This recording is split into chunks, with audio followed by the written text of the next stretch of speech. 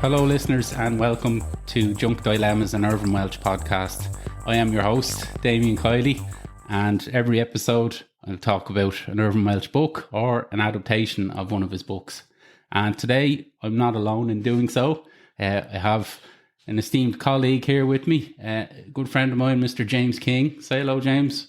Good evening. James, on the mean streets of Kildare, you're known as Jem, so I'll probably refer to you as such from now on in the podcast, if that's all right. Yes, that's fine by me. Good stuff. So you're a massive Irvin Welsh fan, James. Massive. 6'4". You've actually got a tattoo of him on your back, I believe. I certainly do. I think that last part is false, but you have read The Acid House and you're happy to talk Several about times. it. Several times. Good. So have I. So that's what we're going to talk about today. It's Irvin Welsh's first short story collection entitled The Acid House. A couple of things to clarify first. Once again, I am not affiliated in any way with Irvin Welsh. I'm just a fan of his. And we will be discussing content of an adult and controversial nature today. So again, if you have any children, please get them out of the room now. Yeah, so let's get into it. Let's get into the backstory of the book.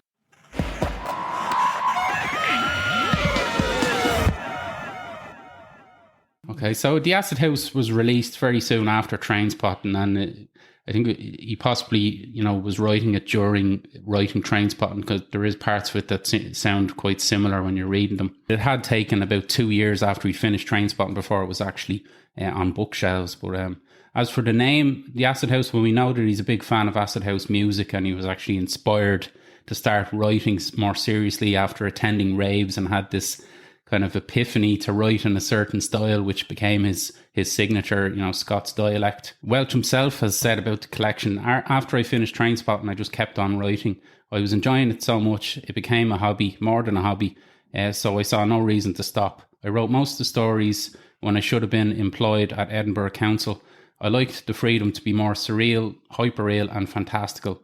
It came out just 6 months after Trainspotting and it initially sold more copies. The Trainspotting play, then the film, took that book to a new level. Paul McGuigan did the Acid House film, which was produced by Alex Osborne and David Moore. I liked the film very much. I did the screenplay, which I did enjoy. It was an uninspired hack job on old material, and I vowed never to adapt my own stuff again. So that's what he thinks of the Acid House movie, which we'll also be discussing as well in a future episode. Some of the stories from this collection were published in magazines like Rebel Inc., which, as I said before, Welch had a big relationship with, and in other collections like Folks by Clock Tower Press, who had also published Trainspotting. This book was published in early 1994 by the publishing house Jonathan Cape, which is an imprint of Penguin Random House Publishing. It did become popular with fans of actual Acid House music and younger fans in general, some of whom were not actually familiar with Trainspotting, but then backtracked and bought that too. So although Trainspotting is undoubtedly Welch's magnum opus, it did initially get a helping hand from this collection. This book is dedicated to his parents, Peter and Jean Welch, and it also includes at the start a poem by a brilliant and troubled Scottish poet, Paul Reekie, who was a friend of Welch and an integral part of Rebel Inc. I think the poem, which is entitled When Caesar's Mushroom is in Season, it really sets the tone for the madness that follows quite well. The book covers, James, I know you have just read the cover that has the fly on the front. I have indeed. Mr. Bob Coyle. I know the first edition had a dog on the cover, a dog wearing one of those cones that stops it from biting its stitches after a trip to the vet, which is strange because I don't remember a dog like that in any of the stories. No, don't think so. No. Very little dog references in it. Yeah, he does mention a lot of dogs in future books, but not so much in this one. But just on the general plot and structure then. So The Acid House is a collection of short stories, some very short, as in less than 1 page. And it's accompanied at the end by a novella entitled A Smart Cunt. Some of the stories are very akin to Trainspotting, which makes sense, as I say, as it was written so soon afterwards, while others are kind of equal parts bizarre and comedy pieces. Some that are far more far-fetched than anything that kind of intrusively gatecrashed Mark Renton's head in Trainspotting. As for the characters, main or otherwise, well, there's too many and too little of them to mention here, so we'll just talk about them as and when they come up. So, let's get into it. Let's get into the breakdown of the story.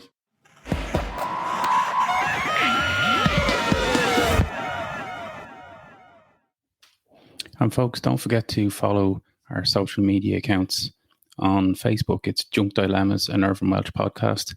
On Instagram, it's junk_dilemmas. And on Twitter, it's junk_dilemmas. So check them out for updates on new episodes and content.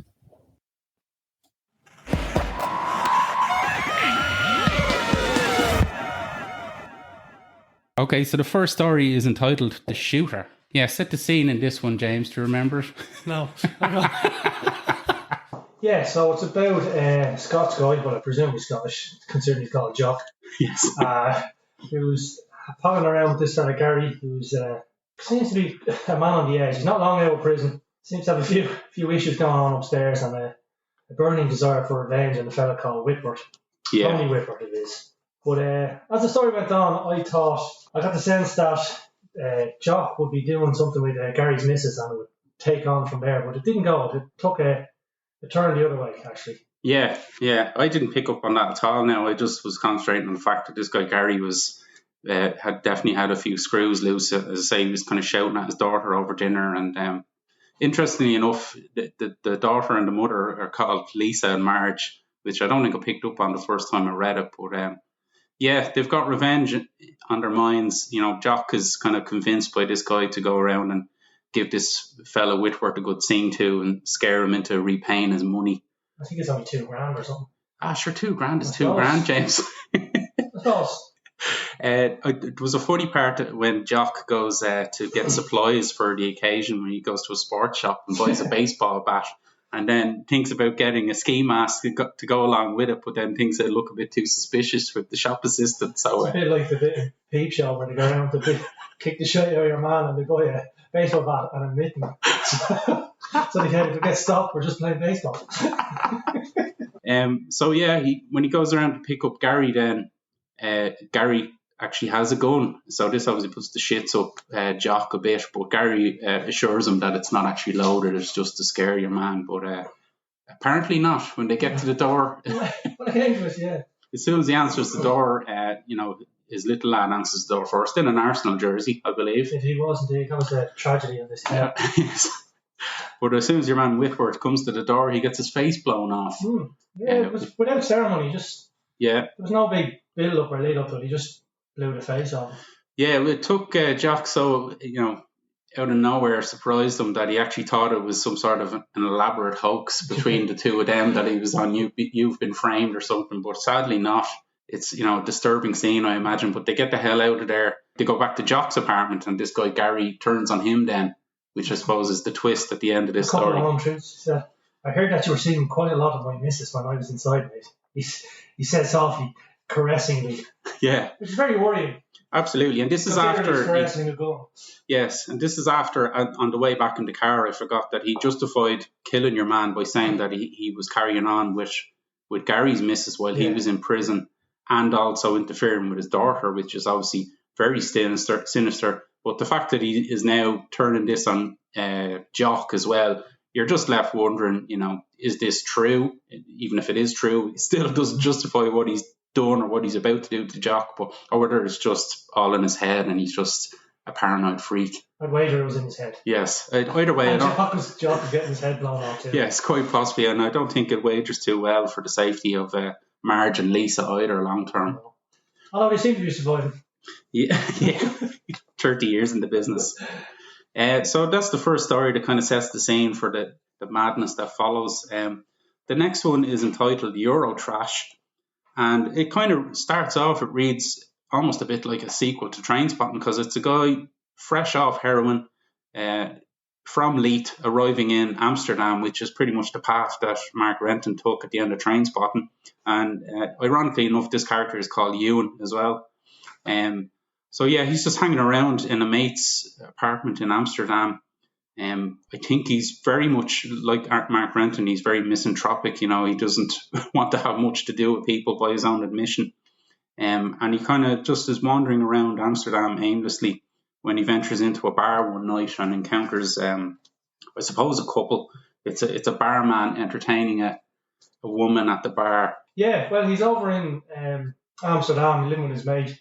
His mate back in Scotland is known as Rab, but over in Amsterdam he's changed himself to Robbie and it's a completely new man. It really does. It really sounds much better, doesn't it?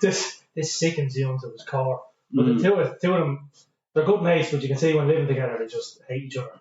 Fine as mates, but not as roommates. But yeah, as you say, he was out one night and he goes into the bar and meets this couple. And straight away he twigs that something's a bit strange about the two of them, but he couldn't quite figure what it was. Yeah, I mean, we do get a good insight into Chrissy is her name. Yeah, I think we get a good insight into this Ewan character because he kind of straight away clocks Chrissy as, in his words, damaged goods. You know, she's got... Yeah, he seems like a bit of a social predator. Yes, he can pick up on the weak. Yeah, he definitely, I think he gets turned on by the weak. You know, he wants to violate them further, if you like. In many possible ways. Absolutely. You know, he sees marks on her arm.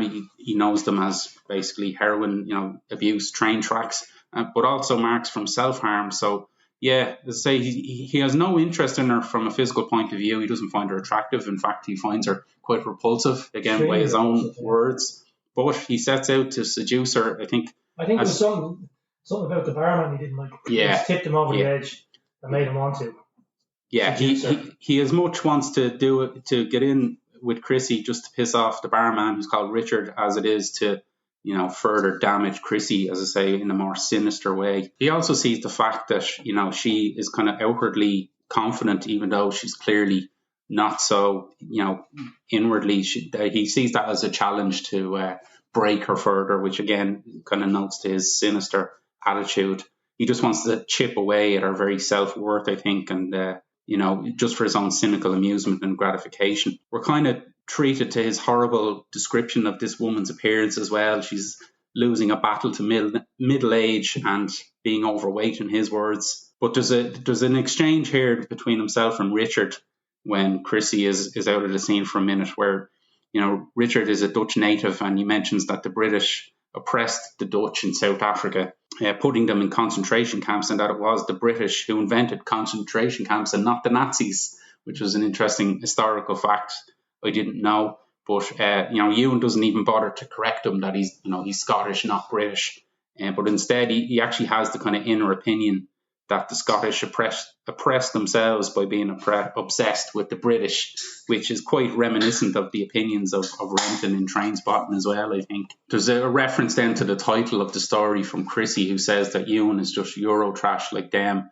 Everyone in Amsterdam is just scum washed up into the dustbin of Eurotrash. Well, in fairness, these trees seem to fit that quite aptly, in fairness. Yeah, well, I think Ewan does, certainly at this point. But, you know, Richard is beaten and Ewan starts a brief relationship with Chrissy, and we're then treated to a kind of graphic account of their first time they had sex, which is anal sex, because Chrissy has badly damaged her genitals, apparently, during a sex game with a girlfriend of hers involving bottles. These things happen, you know? Yes. But there's also a thought by Ewan at this point, which is really an intrusive thought. These pop up quite frequently with Irvine Welsh, you know, and Ewan gets the image that if he was to have vaginal sex with Chrissy, his penis would be cut to ribbons by broken glass that's still up there, which, you know, is just classic Irvine Welsh imagery, I think. But eventually he ends the relationship, and I think this leads... He just leaves. He just never sees her again, basically, for a while. Yeah. He just, you know, he has his fun after a couple of weeks, whatever, and that's it. But I think we see a dramatic change in the storyline then, certainly from his point of view. There's this... Things are on the up. Yeah, there's this miraculous change of character in him. In his own words, you know, he's feeling physically and more mentally stronger, more prepared to open up and ready to cast aside the impregnable cloak of bitterness. He's off the heroin for a minute. I think that's why that helped. Yes, possibly so. So his outlook on life is looking a lot brighter. He gets himself a job. He moves out of Robbie's flat, and he gets himself a new and certainly more grounded girlfriend in a girl called Anna. But this also leads to the downward spiral of Chrissy as well. And she does confront him quite aggressively in front of Anna and the barman Richard. And then just one more kick in the hole from a long line of kicks in the holes. Yeah, you can imagine. Absolutely.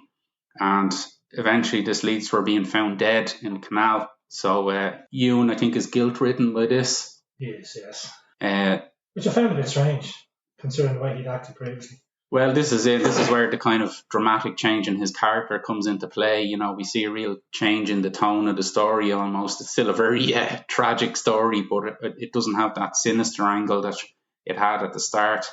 He has a confrontation with your man Richard, you know, who blames him for her death, but they make up again, so everything's kind of rosy there. And then himself and Anna travel to the island of Jersey for Chrissy's funeral, and that's when we learn the kind of twist in the story here. A little bit of a surprise, all right. Yes, it's revealed that Chrissy was in fact born a man called Christopher. So this is obviously a shock to Ewan, and it's probably meant as a shock to the audience as well. But the story ends then with the barman Richard remembering that him and Chrissy actually didn't think of themselves as Euro trash, just people trying to get by. So I think it kind of ends on a sad note, but, you know, not as sinister as it had been. Yeah, I think it was leading in one way, which was something big was going to happen, but then it sort of ended in a bit of a damn squib. Yeah, a little bit actually. I mean, as I say, I think it seemed that Ewan was, for some reason, had it in for these two and was going to do something major, but it ended up he just ended up shagging her and then leaving her, and then that was it. Yeah. And then it ended the way it did. Like, I think when I read this first in the mid-90s, I might have been shocked by the big reveal. But even though by this time, you know, in the mid-90s, we had the film The Crying Game out. That came out in 1992. Now, it's possible Welch wrote this story before that film was released, but it's a similar kind of twist. But I think really the point of the story is this development in the character of Ewan, you know, the change for the better in his character. But that's Eurotrash. The next story is entitled Stoke Newington Blues, and it's actually about Ewan again. And I'm not sure whether this is meant to be set before Eurotrash or after, because he's back on heroin. Certainly is. And he's back from Amsterdam in the UK. He's back in London. And, you know, he makes his way to a squat of a dealer that he knows. This is a black guy, a black dealer called Don. When he goes to the flat, he meets another heroin addict. She's called Ange. And she tells him a story that she's just been recently raped by a group of men who are going around the area and doing this to women. But Ewan thinks he's heard this story before, so I suppose he kind of doubts her here. But either way, Don comes back, and then suddenly the flat is raided by the police, and they're all taken into custody. Actually, there's one little note here that I noticed. Ewan notices that Don is starting to look paler, you know, for a black man, and he thinks that, you know, Michael Jackson spent a fortune on trying to achieve this look, when all he had to really do was take up heroin. You know, they're brought to a notorious police station called Stoke Newington, and this kind of puts the fear of God into them, because they know the story of a black man called Earl Barrett who was battered to death in this police station. So it doesn't look good for Don. No, definitely not.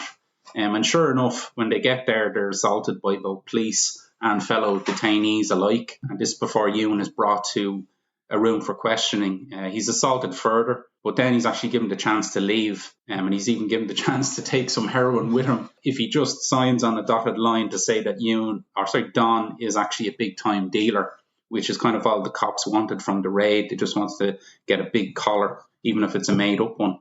What did you think of Ewan at this point? You know, the decision he makes, he kind of... Yeah, I knew that's what he was going to do. Yeah. It's a grim old tale about junkies, in fairness. There's nothing nice or glamorous about the life, and this really shows it. No, definitely not. They'll stab each other in the back for anything. They'll rob the eye out of your head if they had to.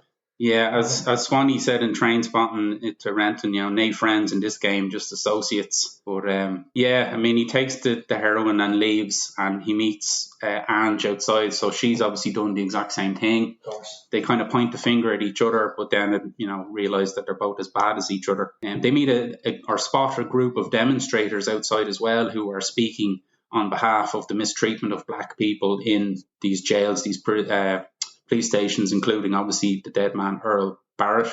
And Ewan tries to tell them about Don, you know, that there's a black man being held in there at the moment unfairly, but they take exception to this because, you know, they're only interested in speaking out for innocent men. Don is far from innocent, being a drug dealer. But Ewan, the story ends with Ewan just getting the hell out of there and promising to stay clear of Hackney in future for the more favourable area of Shepherd's Bush, apparently. But I think, in fairness, it's a powerful little tale. I mean, it's speaking on the huge problem of racial inequality which of course is still relevant 25 years later and was relevant for many years. I thought that was a good story. I thought it could have been Yeah. fleshed out a bit more. It could have been a longer one. It would have been, Yeah. been better than some of the.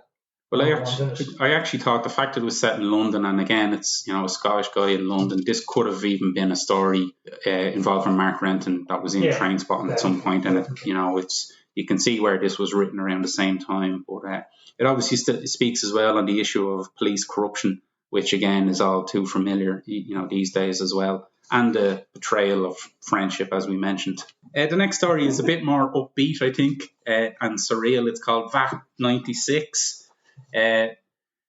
It's much more light-hearted and it's quite short. It's told in a first-person narrative by an unnamed husband who, along with his wife Valerie, reluctantly agree to go for dinner at a friend's house, Fiona and Keats, who they usually find crushing bores.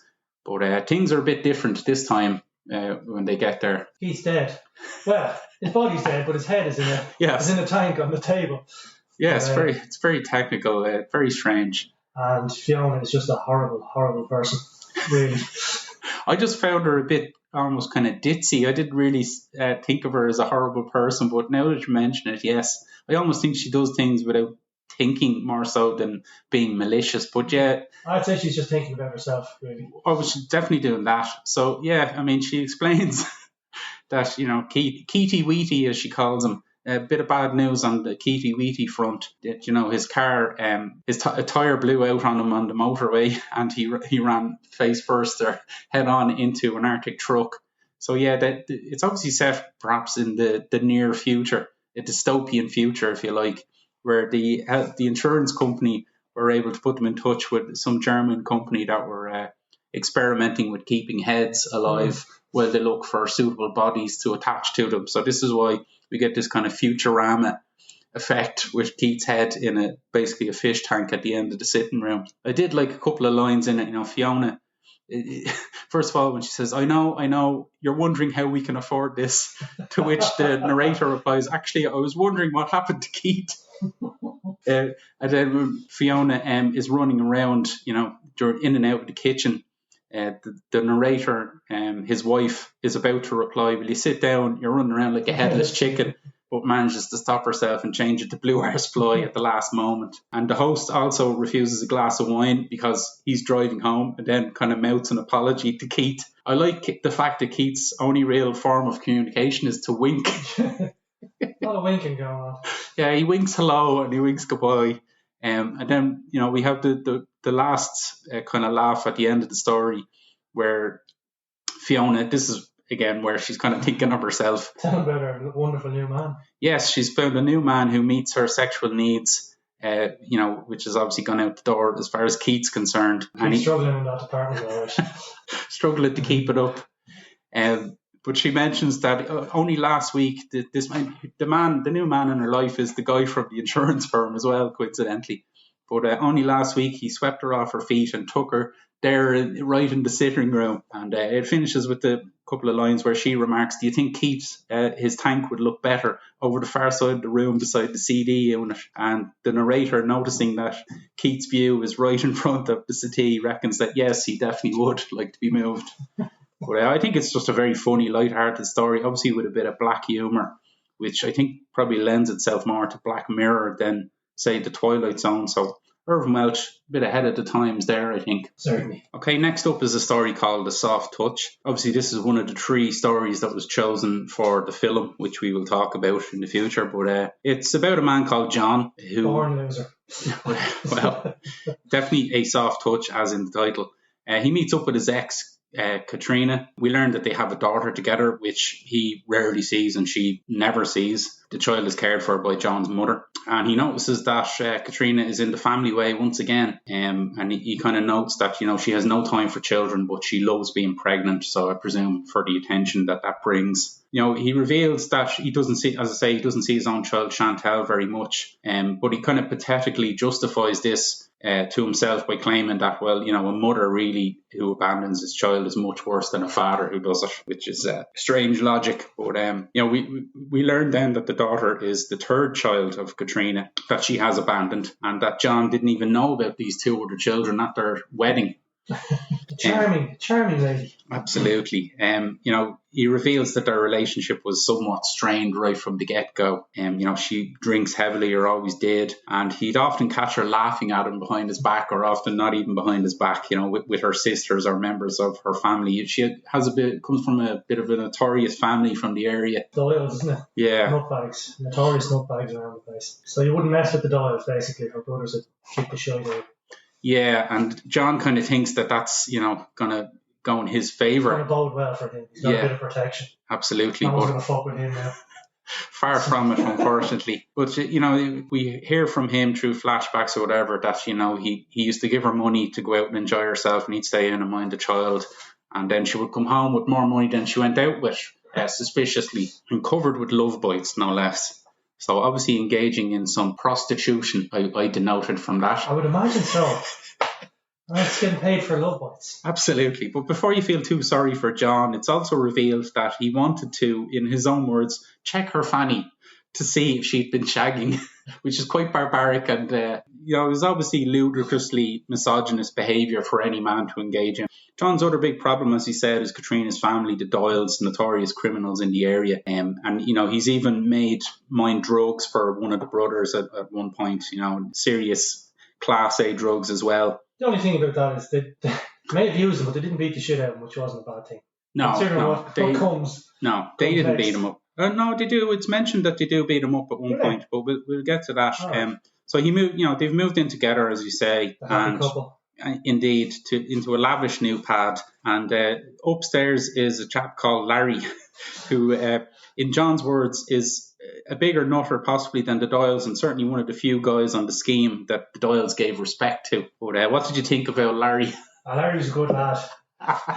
Nice and friendly to start off with, but then it changed a little bit. Yes, but he could spot, once again, he could spot that John was a soft touch, and straight away he went in for the kill. Yeah, took advantage of it. I mean, Katrina blatantly just moves in upstairs with Larry, leaving John to look after Chantel. And he basically proceeds to ransack John's flat then, of anything valuable, or at least valuable for the early 90s. Yeah, well, he brings a cable through the floor and demands that John plugs it in so he can use his electricity, because, well, his has been cut off. Yeah. So, it stands to reason you want to take John's. And when John protests at this kind of unbelievably brazen act, he's obviously threatened with a severe beating. And the irony in this as well, of course, is that John's electricity bill was pretty low at that point anyway, because he'd no appliances in his house to use. Well, Larry had them all, friends. Absolutely.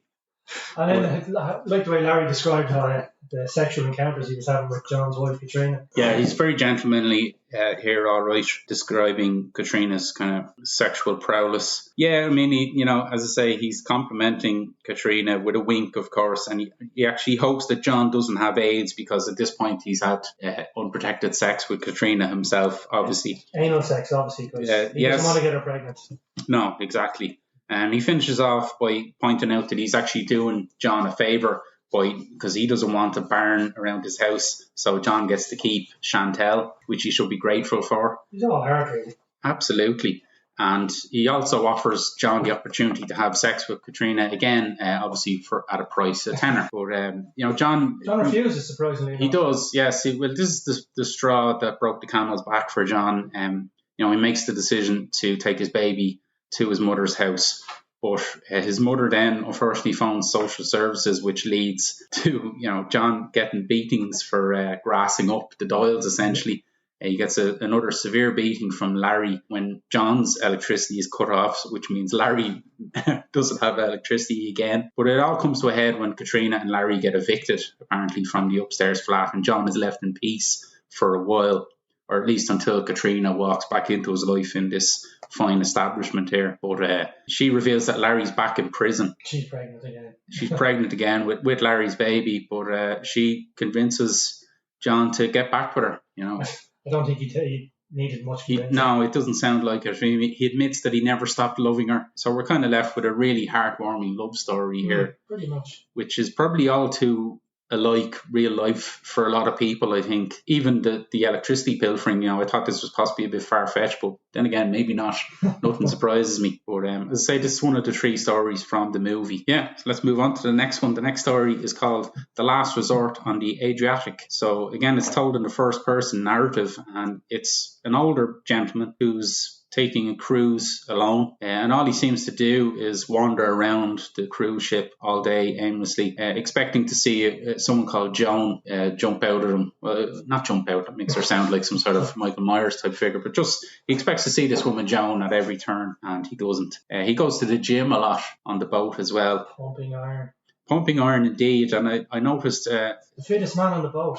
I would say so, even for at his age. Yes. He sounds middle-aged at least, middle-aged to older. But he actually robs some weights from the gym. He puts them in a sports bag when he's leaving, and then it's revealed that this woman Joan is his wife, who actually died 10 years previously on the very same boat. She apparently fell overboard after taking some depression medication, and it's revealed that their kids are grown up and have moved away as well. So this man is very much on his own, but he does manage to score after dinner one night. One last hurrah. Absolutely. He's the perfect gentleman and starts off as a very considerate lover as well by the sounds of things, but ruins it all by calling this other woman Joan while in the throes of passion. So he apologizes and explains basically that he's just a one-woman man before leaving, and later that very same night then he actually mails a videotape to his kids kind of explaining what his actions are going to be, and he leaves a little note for this woman as well, Marianne I believe her name was, explaining that he really only came on the boat for one reason. And then it ends on a pretty tragic note where he basically weighs himself down with these gym weights and slowly jumps overboard. It takes a while. Given his age, it takes him a while to make his way overboard, but off he goes. And I think it's probably it's a short story, but it is an effective one in terms of. It's a pretty real life story because there is a lot of people who just cannot deal with grief, loss and grief. Absolutely, yeah. They find the one love in their life, and that's it, nothing else. Once they're gone, that's what you find with a lot of couples. They'll be married years, one dies, and within a year the other one is dead. Yeah. Can't live without them. Yeah, absolutely. So we're seeing a shift in themes here in terms of stories that are funny, stories that are tragic, and stories that are kind of disturbing. The next one is literally a quartet of very short stories. It's called the Sexual Disaster Quartet. These are all 1 page or less than. The first one is entitled The Good Son, and it basically just explains that the main character worships his mother and simply could not make love to her, at least not with the father in the room watching. And as he leaves, it's understandable. Absolutely, yeah. I would feel the very same way, I think. But as he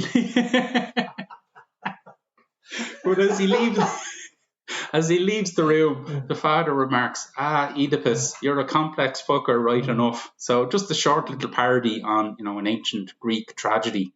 And I was actually reminded once again of Mark Renton because in Train Spotting, it is noted by one of his psychiatrists that he may have Oedipal feelings towards his mother, quite disturbingly. But the next story in the quartet then is called The Cruel Bastard and the Selfish Fucker, which basically tells the story of a man and a woman meeting one night.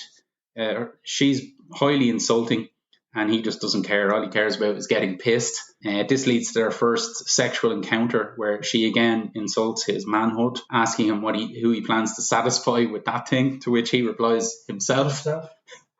But this leads to them living together, and everyone around them seems to think that it's working out fine. So it's a modern day romance. Absolutely. That sounds like a pretty good account of a lot of real life relationships right there. The next story is entitled Lots of Laughter and Sex. Which is a really short kind of inner thought of a man who remembers his partner's theory that both of these things, laughter and sex, are essential in a relationship, to which he agrees, but just not at the same time, you cunt. No. So again, a fairly accurate complaint there for some real people, I think. And the last one is, I think, my favourite of the 4 stories. It's entitled Robert K. Lard, A Sexual History, and it's literally just one sentence. It's Rabs never had a ride in his puff, poor wee cunt. Doesn't he seem too bothered, mind you? So Very, Happiness. very sensible of Robert, I think, there, not to worry about such trivial things. Whatever keeps you going. So we've again another change in atmosphere, I think, with the next story. It's entitled Snuff. It's very dark, this one, right? Yes, it's a dark tale. It's about a man called Ian Smith, who has basically spent the last year of his life doing nothing except going to work and then watching massive amounts of movies when he gets home. Just to fill out Yeah, what is it? It's the Halliwell's film guide. Yes, which sounds like it must have been a kind of a printed version of IMDb before the internet. But he's watching a whole range of films. He's renting between 2 and 4 videos every night, as well as having a satellite subscription, which would have been kind of new and fancy in the early 90s when this came out. And he's also a member of smaller, more exclusive film clubs, which rent out rare foreign or pornographic productions. So he's covering all bases here. He's a complete loner in work. He's actually known as the video kid behind his back. But yeah, it's he doesn't care. He has no interest in people. No, whatsoever. He really doesn't. It sounds like he did. This isn't a new thing in the last year either. It's revealed that he had a wife who, surprise, surprise, left him because she found him quite boring. I'm amazed that she married him in the first place. But I suppose it is revealed that he has one thing going for him. He is incredibly well endowed. Man, like a donkey. And this was the only thing, obviously, that this woman had going in for her in this relationship. She did enjoy the sex with him. He could make her orgasm every time they had sex. Several times, apparently. Several times, and never climaxed himself. Couldn't be arsed. No, couldn't be arsed. And his only real response to her announcing that she was leaving was to be excited about the fact that he could finally get the satellite dish put in. It's all about priorities, you know? Yeah. He even stops visiting his parents, which is actually secretly a relief to them because his visits were uncomfortable silences. It's a bad sign when your parents are uncomfortable around you. But, he's even stopped answering the front door, and this leads to him ignoring his own brother, who was coming to tell him that his mother had had a stroke and actually had just died. So he missed that as well. He goes for a funeral, but quickly slopes off just to go home and watch more films. And there's a good reference here by Welch where he just writes that Ian Smith's conscious thoughts, dreams, and the passive viewing of his TV all eventually gelled into one. So he even starts taking speed that he gets off a dealer, in one of the flats near him, just so he can stay up longer and watch more films, all with the aim of finishing this Halliwell's film guide. It's at this point, did you notice there's a couple of news articles that he noticed, which kind of put an even darker twist on things? Yeah, there was two pretty dark stories. One about a 6-year-old girl who got kidnapped. Yeah. And another about an 18-year-old man, I suppose, who just got a random attack, beaten, put into ICU. Yeah, and I kind of wondered at this point, was Ian Smith actually involved in these? Yeah, because the girl's kidnapping comes up a couple of times. Yeah, we never really get to find out. No, we don't. But we do learn that he does eventually He does, but he completes the Halliwell's film guide. His life is complete. Yeah, he's kind of lost after this. The last film that he scores is 3 Men and a Little Lady. It could be another reference to the Child Gone Missing, which is disturbing as well. Absolutely. And it's apparently the first film that he gave a 0 score to. I can think of a lot worse films than 3 Men and a Little Lady, but I wouldn't argue with a 0 score for that either, really. But yeah, the story ends on a very dark note. It's him hanging himself in his living room while watching it himself on a video camera that he's hooked up above his TV, so he's basically able to watch himself. Yeah, and I found it interesting. At one point, he tries to scream "cut" as if that's got to stop everything. That kind of reminded me of a bit in The Running Man, where I think it was Dynamo was taken out by Schwarzenegger and started screaming, "Cut the commercial! Cut the commercial!" But this is real life here as well, as was The Running Man, of course, very much real life. And he dies, he hangs himself, so it's a very disturbing and tragic tale here. I actually got a bit of a Dennis Nielsen vibe off this character, purely because of his kind of destined loneliness and his reclusive habits. And happy with his loneliness. Yeah, definitely so. A lot of lonely people long for company, but companionship, but no, not this fella. Yeah, I suppose he's probably different to Dennis Nielsen. He's even worse than Dennis Nielsen in that regard. So, but Well, if he killed the child, he definitely is. Yes, yes. So the next story is entitled "A Blockage in the System." It's basically about three council tradesmen, Colin, Losey, and the narrator, who were playing cards, shooting the breeze one morning when their supervisor, Noxie, comes in and informs them that there's a serious disaster down at a local block of flats that needs to be attended to. He goes into some detail that basically the blockage has accumulated in a poor old man's ground floor flat, basically from the 20 stories above him. So in Welch's words, it's a weekend's worth of curries and lager, which is built up in this man's toilet. And surprisingly enough, for three council workers, they didn't seem too interested in doing anything about it. No, they definitely don't. There's a lot of to and fro here. They, are pushing back. They're saying that it sounds like it should be another department from the region. But their boss, Noxie, is insistent here. He's reminding them that if they don't do the work, they won't get future contracts. But again, they're pushing back, kind of bringing up the union card and basically, there ain't no way they're working. Yeah, basically implying that they can't be sacked, because they work for the council. It sounds like they have a hard time taking orders from this guy Noxie, who was, maybe at one point was a mate of theirs, but he's kind of gotten a bit tougher. As Welch writes, he's gone on a supervisor's course, so he's more like a Nazi these days.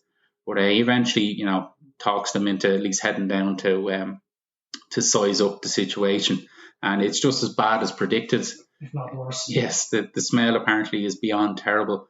And even though they don't actually go into the bathroom of the old man, you can kind of imagine that it's a bit like the elevator scene out of The Shining, but with shite instead of blood. It's a lot of shite. Absolutely. But Noxie continues to argue with them despite their protests. They're still insisting that this is a job for another department who would deal with the drains outside of the house, and they don't have the tools to deal with this job from the inside. They're kind of really paint a bad picture of the scene for Noxie by saying that it's probably clogged up with used nappies and sanitary pads. And their argument, I liked the little section here where their argument draws attention from a social worker who was there to kind of calm down the old man. And she gives them a scorpy look. And I like the narrator's thoughts here. She's saying she's not very social for a social worker, which is a bit like a lifeguard that can't swim. But eventually Noxie just loses the head with him and tells him to fuck off, and he'll deal with it himself, which is obviously a complete result for these lads. Perfect. That's exactly what they wanted. And there's only thing that this calls for them. Points. Absolutely. So they're momentarily worried that this will mean they get their cards from the DLO. But one of them, Lousy, I don't know how to pronounce this man's name, he remarks that the only cards the council hand out come in packs of 52. And, he does suggest that they go for a drink. And I loved the narrator's reply here. I'm going to have to try and use this at some point in life. Why not? He says, if you're going to get done for stealing a sheep, you may as well shag it and all. So they reassure themselves that they gave their professional opinion. And at the end of the day, that's the most important skill in any trade, is accurate problem diagnosis. So I liked this story. I mean, that was good, lighthearted story. Very good. Yeah, I mean, it's, as you say, it's comically playing on the age-old theory that council workers are lazy. Theory. Well, it's just a theory, yeah. Yeah, obviously. Sorry. And it kind of brings up the kind of topical subject as well of trade unions, which would have been a major part of, working class areas in around this time, obviously during or pre-Thatcher era in Britain. And it's followed by another fun little story, and a strange story at that, entitled Wayne Foster. No way. So yeah, this is a weird one. It's kind of surrealism. It's set in a pub in Leith, but the two characters that we meet first seem to be some sort of weird bird people. Sparry head. Sparry head. So this is obviously a term for Hearts fans, a local term I can only assume. It's not one I'm familiar with. So I'm assuming this is a not so thinly veiled insult by Irvine Welch to Hearts fans. But, scum of the earth. Yeah. In his eyes. In his eyes, yes. So you get this kind of surreal image of these two bird men sitting in a pub arguing over an incident at the match they've just been to. Seemingly there was a row, and one of them thinks that this is down to Hibs casuals infiltrating the Hearts ground. I don't know what Hearts ground is called. Castle. Okay, I know Easter Road is Hibs, but and the other guy is saying no, this was down to Hearts fans arguing over how good Wayne Foster is as a footballer. How shit he was. How shit, yeah. Do you remember Wayne Foster? I don't actually. Yeah, so Wayne Foster is an English footballer that obviously played for Hearts in the late 80s and early 90s. And there seems to be kind of dissension in the ranks as to whether he was a good asset or not. And I liked the description here that the men were arguing so vigorously that there was feathers falling from their heads onto the ground of the pub as they waved their beaks in disagreement. But it seems like Wayne Foster was a fast player, but not very skillful, but made up for it in speed and therefore a credit to the team. And I can only assume that this became a kind of a boring character trait of Hearts fans around this time that everyone else has picked up on, because these two characters keep repeating Wayne Foster, like some sort of chant. But needless to say, they're getting refused in the pub. I'm assuming this is because they're Hearts fans. And the story kind of shifts then to the attention of the barman, who is known as the classical scholar. Yes, he's definitely overqualified for this job, and this is one of the kind of problems he has with his life, that he's resorted to having to serve or refuse sparry heads, Hearts fans in this pub.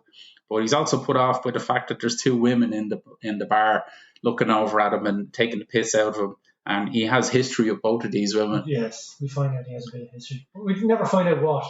Well, slightly. He's referring to one as she, and he really likes her. He apparently got fellatio off her the previous New Year's Eve. Well, in fairness, he's definitely going to like her then. Yeah. That's definitely a quality that would endear you to somebody. Certainly would.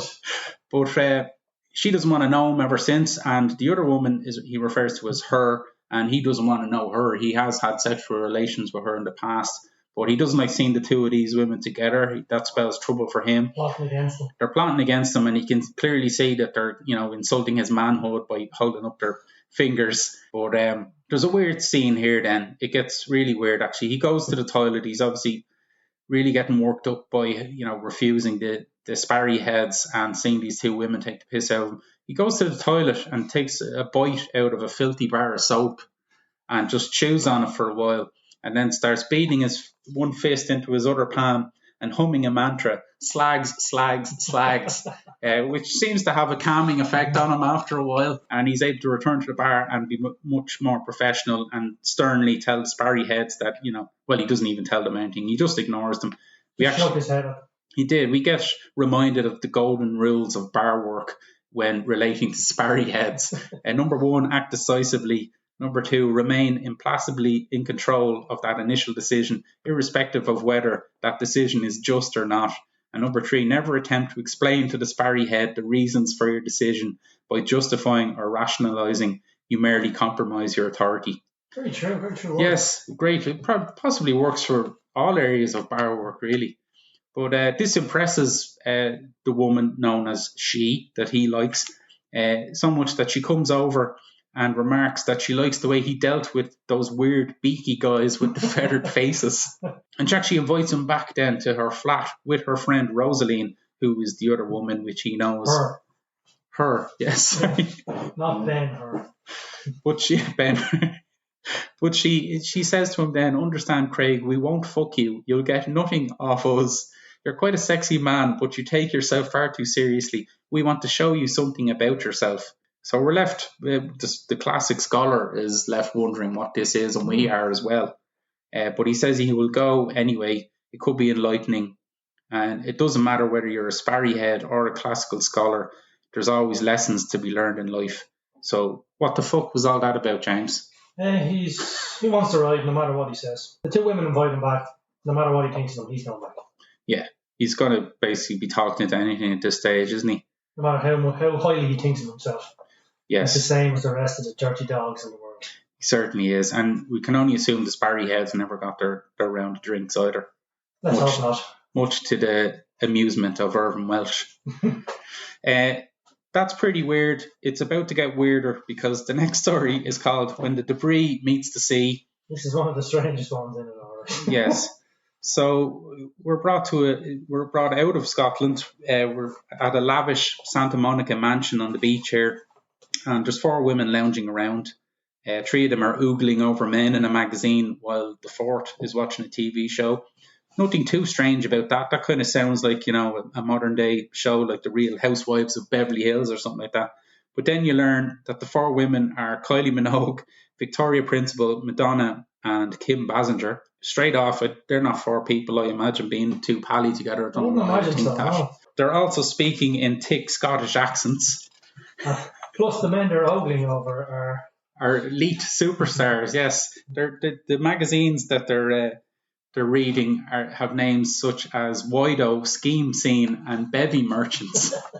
And Kim Basinger is watching a documentary about a chap called Dodie Chalmers, who owns an American pit bull and works as a removals man. And he's actually speaking on this documentary about his job and his drinking habits, like a celeb would speak about how they've just recorded a hit album or wrote a best-selling novel. She's getting juiced up by it. She really is, as only Kim Basinger can get juiced up. And the other three women are looking up names such as Deke Prentice from Gilmartin, a former Hibs casual, and Tam McKenzie from the Youth Leith team. So I'd say they're oogling over these guys. And Kim seems to be the only one with an ounce of sense. She's kind of telling them that they're never going to know these guys. They're out of their league big time. There's some brilliant remarks here, like Kylie Minogue, just, oh, look at the package on that cunt. And it's just really fucking bizarre. They're lusting after the bulges in these men's shiny tracksuits and their tattoos. And they're speaking of hopefully travelling to Leith someday to meet them.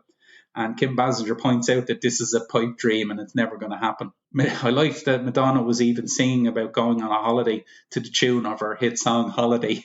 It just ends with all of them knowing in their hearts that this is never going to happen for them. So it's really weird. I suppose it's just a strange role reversal story. It's just a take on modern life for people. Yeah. People look at celebrities as if they're something special. Yeah. Normal like the rest of us. Absolutely, and I suppose it just highlights the kind of ridiculous, over-the-top sexualization of these celebs sometimes, and dare I say, misogynist fantasy talk that goes on, probably primarily between men, but possibly to a lesser degree women as well. And the next story is a tad bit strange as well, or at least ends that way. It's called Granny's Old Junk. So what did you make of this one, James? It's another classic junkie tale. Yeah. With all seem going well. With a young fella. Yeah, he's Craig Abercrombie. Yeah, strange name. Yeah. Strange name. And then visiting his grandmother, Mrs. Abercrombie. Easy for you to say. It kind of reads almost again like a little extract from Trainspotting. It's not unlike something that would have gone on in that book. You get a sense of the story. You think you know what's going to happen.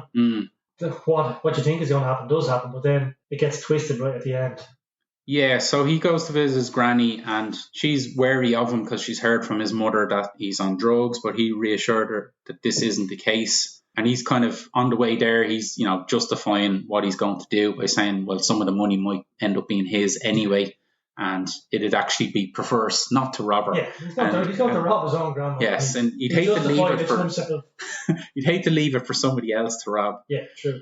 But it goes a bit turn for the worse then, or strange, when he nips off to go to the toilet, but actually sneaks into her room, grabs her biscuit tin.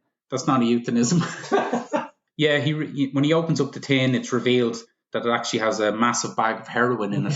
He's obviously shocked by this, and then his granny reveals that her husband had been in the Merchant Navy and came back with a habit and had contacts at the docks, so they've always had a steady supply of heroin, and she picked up the habit herself and now has to sell to young people in the area to feed her own habit. But this has brought suspicion from the woman who runs the old folks home. So this is where this character, Graham, can't remember his name, Craig, steps in to offer his services to help as a dealer. And this works out great for both of them, and they know they've celebrated straight afterwards with a shot of heroin each. Blood is always thicker than water, Yes. As I say, it's a weird ending to it, very strange, possibly a bit far-fetched to think that a grandmother in whatever age she is in an old folks home was able to keep a steady heroin habit for many decades, but that's craziness, and that's where we've drifted into in the Acid House. The next story then, another strange one. It's called The House of John Deaf. This is, possibly a lot less far-fetched, but nonetheless peculiar story. Again, told in the first-person narrative by a man who recalls a boy that he knew growing up, simply known as John Deaf. He was called John and he was deaf, but this was also apparently because of the way he introduced himself to people. Basically, all he would say is John Deaf, meaning my name is John and I am deaf. So John Deaf lives in an almost derelict house with his grandfather, who apparently is also deaf. The house is completely void of furniture, bar a chair for the granddad, who sits there watching telly all day. But it's overrun with white mice, which John Deaf apparently has a bit of a fascination with, not just because he loves them so much, but also to basically be cruel to for his own amusement. He's hurting these left, right, and centre, stepping on them. One mouse in particular is going around just pulling itself around by its back legs because it can't do anything else. But needless to say, John Deaf is largely uneducated. It's just a terrible story about scumbags, really. It kind of is. It kind of is. I mean, he never goes to school, so this is the perfect hideout for the narrator and other characters. And they're hanging around his house, as I say, assaulting white mice. And then it's just... He catches He catches his sister basically having sex with John Deaf, or John Deaf having sex with his sister. So he tries to beat the shit out of John Deaf, and John Deaf turns around and beats the shit out of him. Yeah, it's at this point that the narrator realises that John Deaf is probably a good few years older than him. Yes. I think most of us know people like that. Yeah. Kept back from school many, many years. Yes. He reckons he's probably about 16, so I don't know what age the narrator is meant to be about here. I don't know, maybe 12, 13, something like that. But I mean, he's remarked that John Deaf was actually an asset to the local football team, both for his speed and his strength. So you can imagine what a panelling he's given him here in the house. And there's actually a funny bit where the other people in attendance are shouting at John Deaf to leave him alone. He's had enough. But of course, John Deaf doesn't hear them and carries on.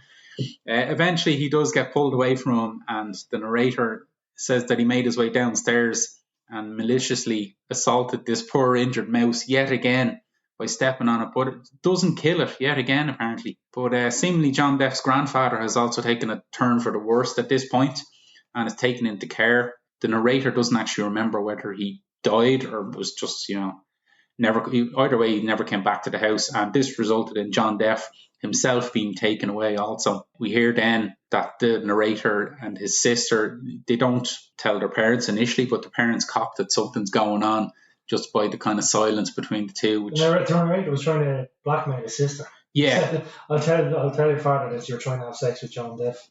Yeah. And when the father finds out, he doesn't take too kindly to it. No, but he takes it out on the narrator rather than the sister. Yeah. It kind of ends then, the story ends with the narrator saying that he was never the same himself after the beating he got from John Deaf all these years later. So you don't want a deaf man sitting and punching the head off you. No.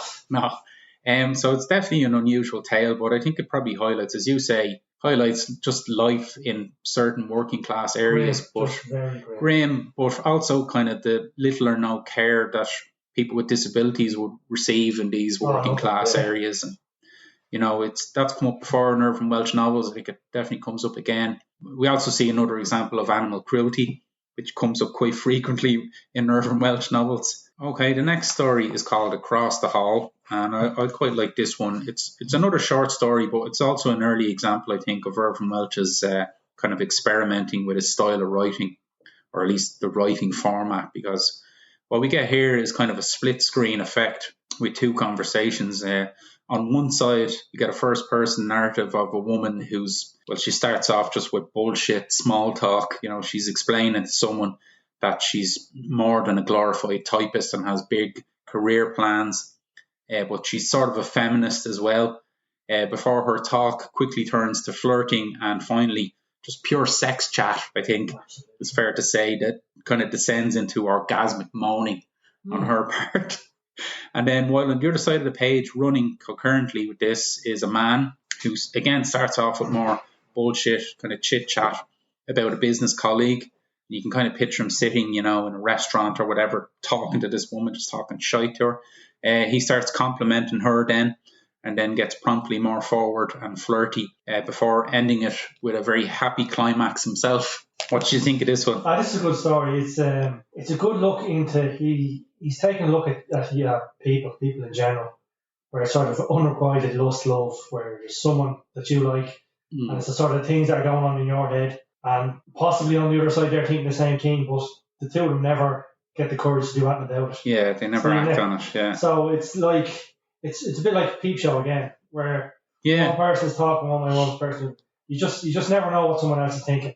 Yeah. Yeah. And in fairness, all one of them had to say was one thing, and it would have worked out for the two. But yeah. That said nothing. I'm sure this goes on everywhere. Oh, definitely. All over the world.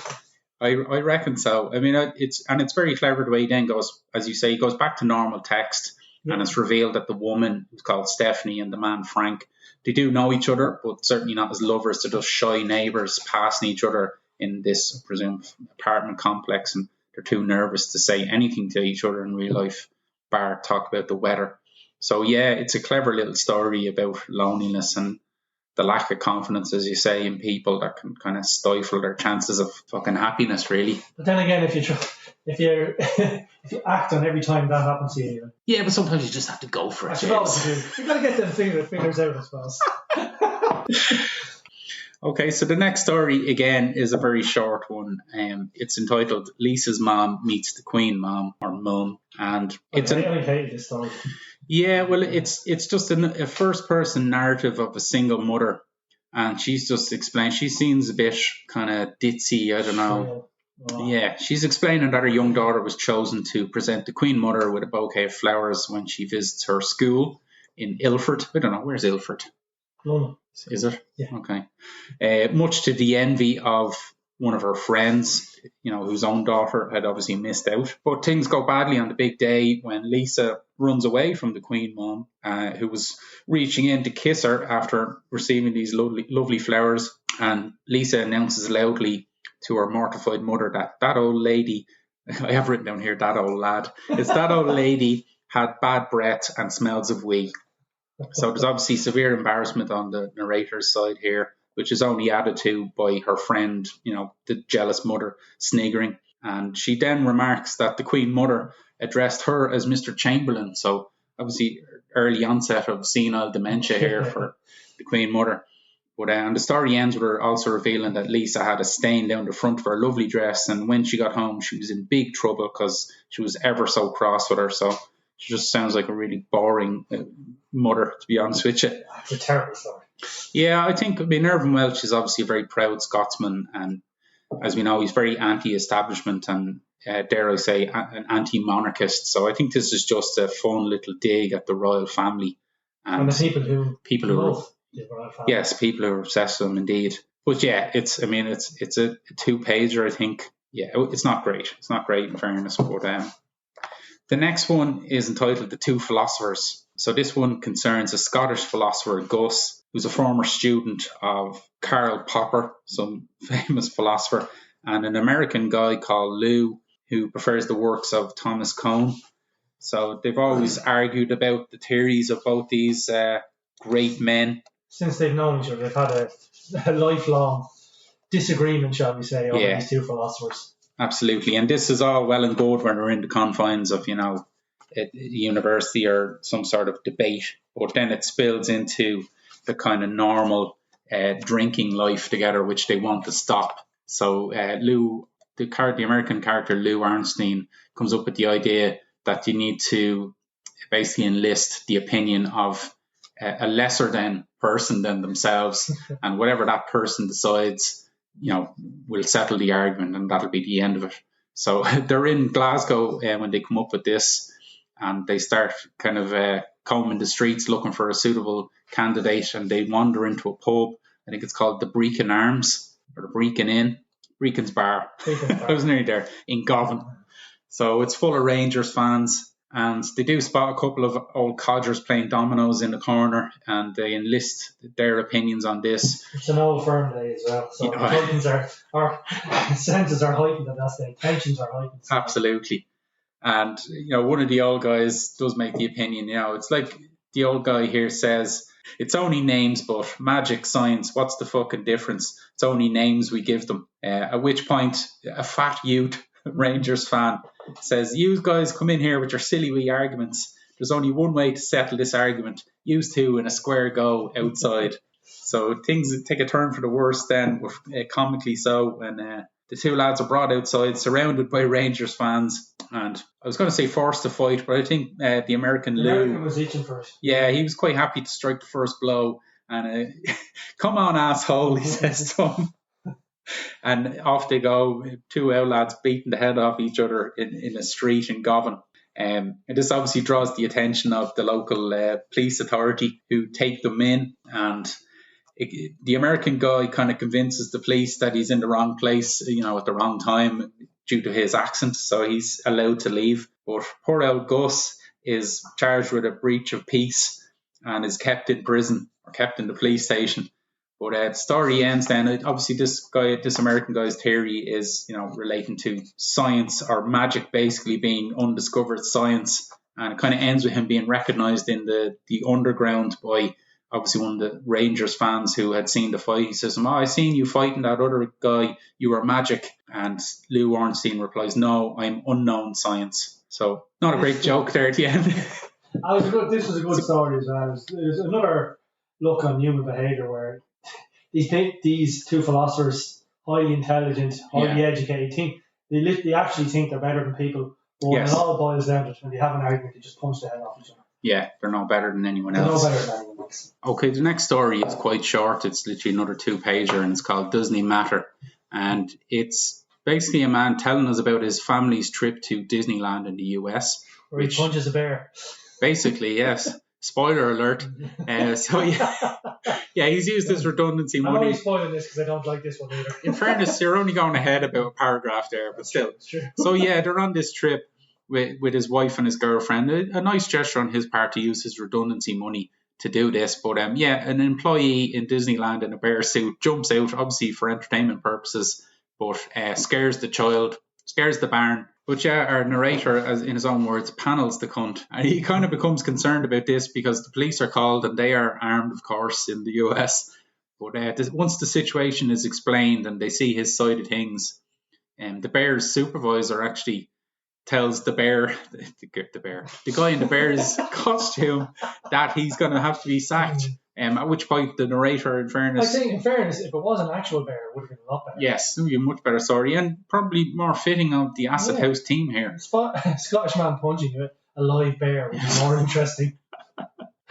But the narrator steps in, to say that, look, there's no need to let the guy go. And after all, it indeed doesn't matter. So, all is well. The guy keeps his job and this guy and his family head on their way. But it ends with a funny line where the bear employee, obviously an American, tells the narrator to have a nice day, to which the Scottish guy thinks to himself, I'll give you a nice day, you cunt, but decides to leave it and just says, yeah, you too, mate. So I suppose it's a funny image here of an elite man, very much a fish out of water, surrounded by over-enthusiastic Americans. I did actually picture Begbie in this role, and I suppose that would have been funny at this point in Begbie's life, at this point in the mid-90s, because number one, he probably wouldn't have treated his family to a trip to Disneyland. I don't think it would have ended so well for him. No, he definitely would have. He wouldn't have been so diplomatic in handling the situation in the end. But ironically enough, in later days, Begbie, in the book, The Blade Artist, is much more of a changed man and possibly would have brought his new family to Disneyland. But we'll get to that on Junk Dilemmas in due time. The next story then is entitled The Grant and Star Cause. It's one of the better ones. Yeah, one of the more memorable ones for sure. Again, it's another one of the stories out of the film adaptation. So what did you think of this one, Jem? That was good. Story of Bob Coyle. Talk about having a bad day. Things go downhill fairly rapidly. They don't come up either. No, he's definitely had a bad day. He's dropped by his football team, the Grant and Star. And he washes the kit for him. He does, but they're going places. Seriously, they're going to be playing with nets fairly soon. Which is, like, I played in some bad standards of football, but at least we've always had nets. To not have actual nets, holy fuck. So yeah, he's dropped by the football team. He tells them to go stick it. And then he heads home to his lovely parents, and they inform him that he's going to have to move out. But in fairness, at 23, he doesn't want people to think that he's some sort of queer fella living at home with his parents at 23. So Bob Senior as it is and Doreen, they need time to themselves to work out a complicated stage in their life. Apparently, filthy. It's just the way they were looking at each other. That's a giveaway. Yes. So yeah, he's got no house now either. So, but at least they give him 2 weeks to get out. They do. They give him 2 weeks notice. Nice. But he goes to kind of be consoled by his girlfriend. He rings her up and he's informed by her, she's called Evelyn, that she wants rid of him as well. She's dumped him for a newer model. She's found herself a real man and she's sick of him being fat and lazy and basically doing nothing. Like his football. Yes, yeah. He doesn't take this very well though. He doesn't take it very gentlemanly. This is a very good part. He's calling her a slag and a cunt and all the rest of it, and starts assaulting the telephone box. Telephone for anyone under 30, I suppose. Things that used to be around. Yes, we used to have to go out into the street to phone people on large boxes. If you've seen Doctor Who, it's one of those. But very nostalgic, all right. Telephone box vandalism. It's definitely a thing of the past. Yeah. But he's spotted by the cops doing this and gets pulled in. And there's a good section here. This is brilliant. So the sergeant returns to the police station. Two normal bobbies bring him in, put him in the cell, and then they tell the sergeant what the crack is in the station. In one cell they have a rapist. Another cell, what is it? Someone that stabbed somebody. Someone stabbed someone, and the third cell is Bob himself. So the sergeant isn't. What did he say about the rapist? He said the way he says it, she was asking for it. Yeah. The fella who stabbed another fella said, well, boys will be boys. Boys will be boys. And poor old Bob vandalising the telephone box, that was just an epitome to him. The lowest of the low. Scum. Absolute scum. It's revealed that the sergeant has shares in BT. So he's got a particular grievance with Bob here, and Bob is subjected to some more police brutality during the night. And it's good. He narrates as he's beaten him, telling him why he's beaten him, which is lovely. Absolutely. Well, it's important. Protecting the share price was the main reason why he kicked the shite out of poor Bob. So Bob eventually gets out the next morning and goes for a breakfast, which he doesn't have enough money to pay for. Which he only realises after he's eaten the breakfast, obviously. Yeah, he's only short a few pence here, but the cafe owner's having none of it, and he also beats him up in the street. And Bob eventually makes his way to work and is then told that his job is being made redundant. So he's going to be... Not him, just his position, yeah. So he's being let go by the boss here, Mr. Rafferty. He eventually goes to drown his sorrows in a pub, and it's at this point that an old Scottish gentleman approaches him. And this old guy says to him, "You fuck this right up, you daft cunt." And obviously Bob is a bit perturbed by this, but he kind of realizes that this isn't just some old Raj.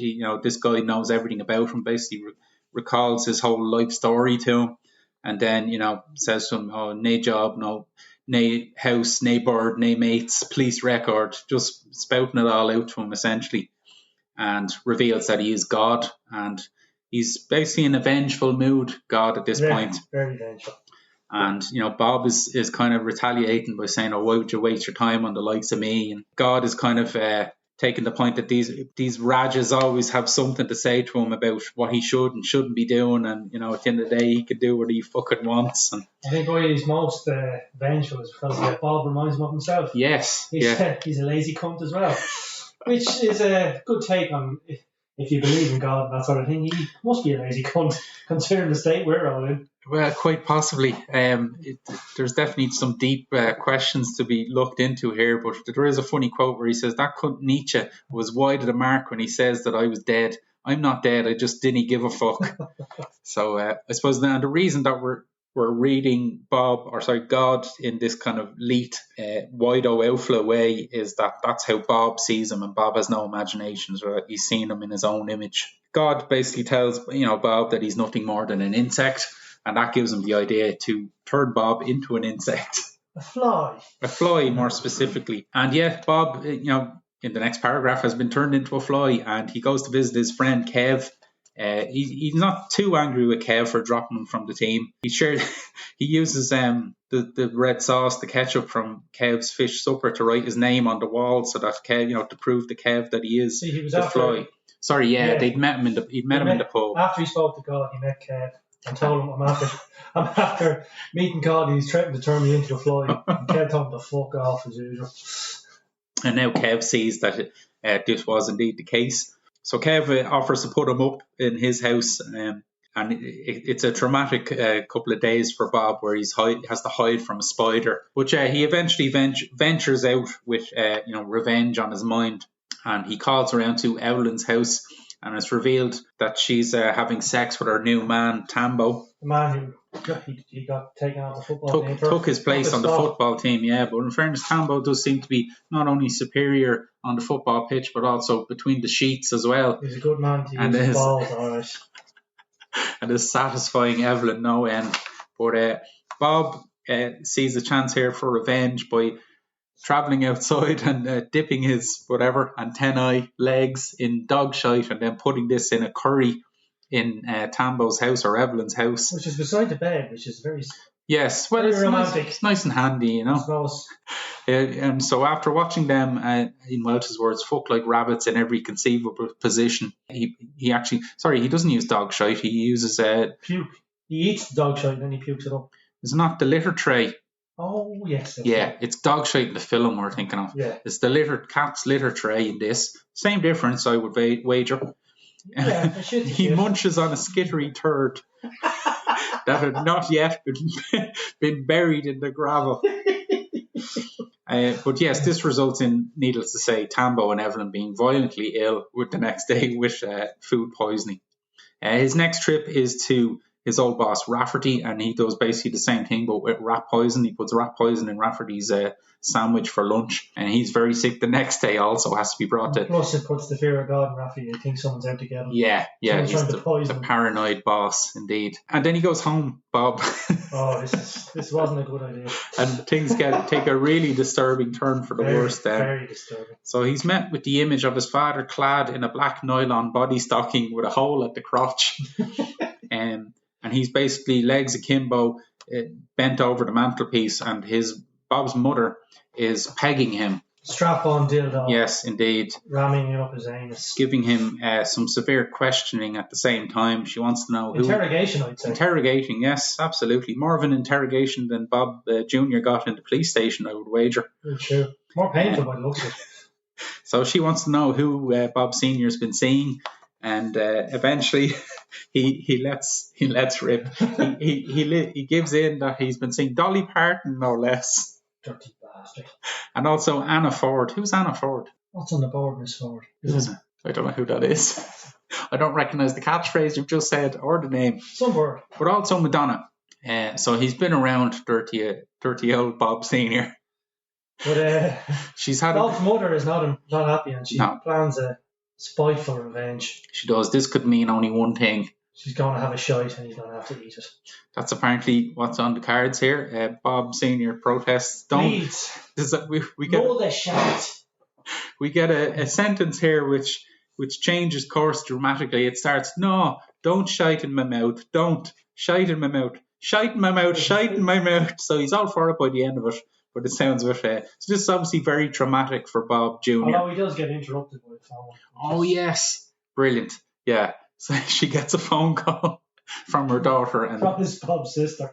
Yeah, totally shifts persona to just shoot the breeze with the daughter on the phone, while Bob Sr. is still basically assuming the position with the dildo still up him. Right. So she obviously just couldn't get it up any further. Remember that as well.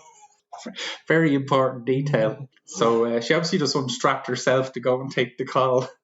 All the while Bob Jr. is flying around and is starting to annoy them. And eventually Doreen has had enough and managed to swat him and knocks him to the ground. And basically they continue what they were doing and eventually retire to bed. But the next morning they find Bob Jr. back in his human form, lying dead, or more or less dead. Naked. Naked behind the couch. So they assume that he's had a bad night himself. And this leaves the only person to know the truth about what happened to Bob to be Kev. And he's obviously very traumatized by this. And his life then kind of spirals to mirror that of Bob's, where he's starting to perform really badly for the Granton Star. He thinks he's going to lose his place, and the team's performance goes down itself.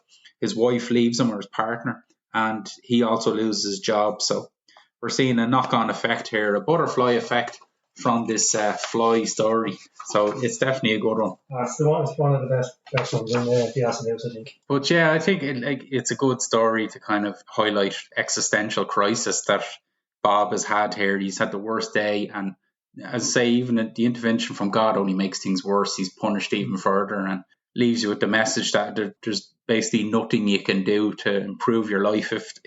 If God is against you, then you're powerless to stop it, essentially. The moral of the story, basically, is don't be an apathetic, lazy cunt. Yes, that's good. Yeah, good advice. All There's right. more to life than that. Absolutely. The next story is entitled Snowman Building Parts for Rico the Squirrel. This is another one that I didn't like. Well, yeah, it's a weird one. It's, again, kind of experimental writing, if you like. So we get an American family, the Cartwrights, who are very upset that a squirrel, a friend of theirs, Rico the Squirrel, has gone away. Especially their son, Bobby, is very upset about this, and he's very hurt by this. But, Rico had taught this family not to be sad. It's to kind of, push away their sad feelings and feel better in life. And the dad especially reminds the son of this, that even though Bobby's little sister had been run over and killed by the drunk sheriff, that, they managed to get their lives back on track after this. So it's a real kind of loved up, almost American sitcom is the way this is written. And then strangely, it switches to a family. Yes. What about the other family, Jim? They'd be more down to earth, shall we say. More working class. Yes. Living in the schemes. Basically, the tale of the parents shagging at the kitchen table. The father's thinking about shagging Madonna, and the mother is thinking about shagging Keanu Reeves. And basically getting caught by the kids. Yeah, it's definitely a different tale. It's not your loved up American sitcom. The weird thing about this course is that the children in both families, certainly the child, Sean, in the Robinsons family in Scotland, he's watching the American family, the Cartwrights, on a sitcom, with Rico the Squirrel. So it's this kind of break of the fourth wall, if you like. It's this weird intertwining of the two stories through. And even in the print on the pages, the Scottish family story is within squares to differentiate between that and the American family story. But yeah, it switches back and forward. As you say, things aren't going to end too badly or too well for Sean, because he's been spying on his mother and her lover, this lovely gentleman, Tony Anderson, and he's obviously about to get a beating for that. Whereas the Americans family, their story ends with Rico coming back and all is well in the world. But it's revealed then that Bobby is also watching the Robinsons family on his TV in America, and he remarks that he hopes that things are going to work out okay for Sean in that family, to which Rico replies, I fucking doubt it. Exactly, it's highly unlikely. So you get this kind of heartwarming US family versus the harsh reality of the Scottish family. I think it's a funny comparison. It's a bit like that Doesn't He Matter story, where it's just, comparing life in Leith to what goes on in the rosy world of America. I think Welsh may have went on holidays or something to Florida. Quite possibly. These couple of stories. Indeed. You can just imagine them there in Disneyland with his Mickey Mouse t-shirt and his foam finger. Yes. But obviously it's a tragic tale if you look at it from the point of view of this young fella Sean, for one thing. The next one then is another short one and another kind of strange one in terms of experimental writing. It's called Sport for All.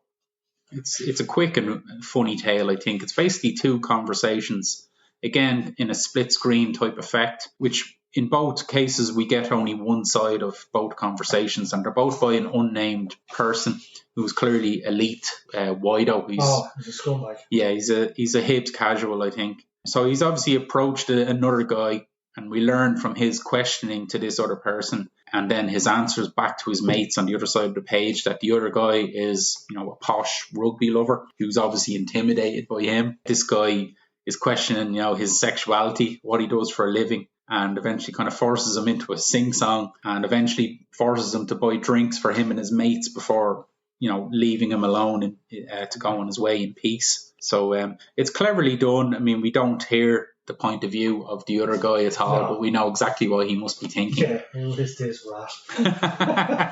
There's no violence, as you say, but there's certainly the threat of it. You can just imagine what's going through that guy's head. So it's cleverly done in that sense, and it's a pretty short story. And that leads us to the last of the short stories before we get to the novella, and it's entitled The Acid House. Not too short for a short story, in fairness. No, it's long enough. Yeah, it's almost a novella itself, really. So this is another memorable one. This is the last of the stories that was made, incorporated into the film version. What did you think of this one?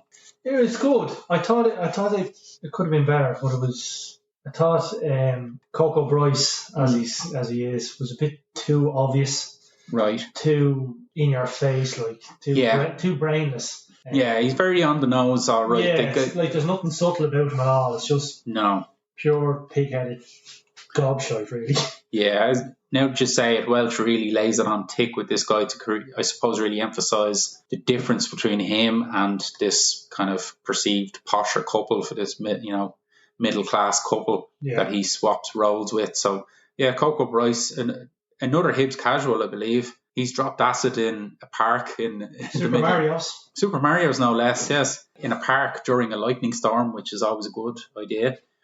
He gets hit by said lightning and swaps bodies with a soon-to-be-born baby. He gets hit by lightning at the same time. Yeah, the ambulance where the mother was travelling to. So this is a middle-class family, as I say, called Jenny and Rory.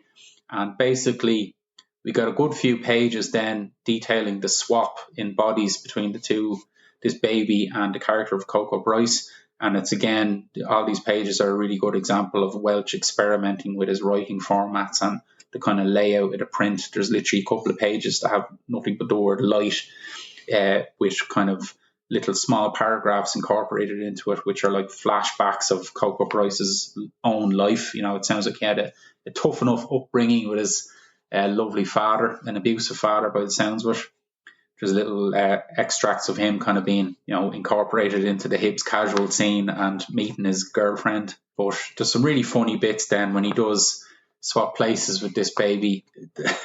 Brilliant bits where he's enjoying being breastfed a bit too much. Well, who wouldn't have been? And standing up at the end of his cot, watching his parents, inverted commas, having sex. And then we also get him kind of drinking the house's booze supply behind their back and also puking it back up. And then the complete opposite end of the scale, we have his supposed father, who's an absolute nonce. Yes, well, this is Rory. Rory, yes. Well, he sounds like a bit of a plonker. Yes. Certainly, he sounds like a boring man, and even Jenny kind of sees this side to him. Yeah, he's played really well in the film version, I think, by Martin Clunes. Yeah, the story develops with Coco in the form of this baby, talking to Jenny because she's threatening to bring him down to Manchester away from Rory for a while, and he's having none of this.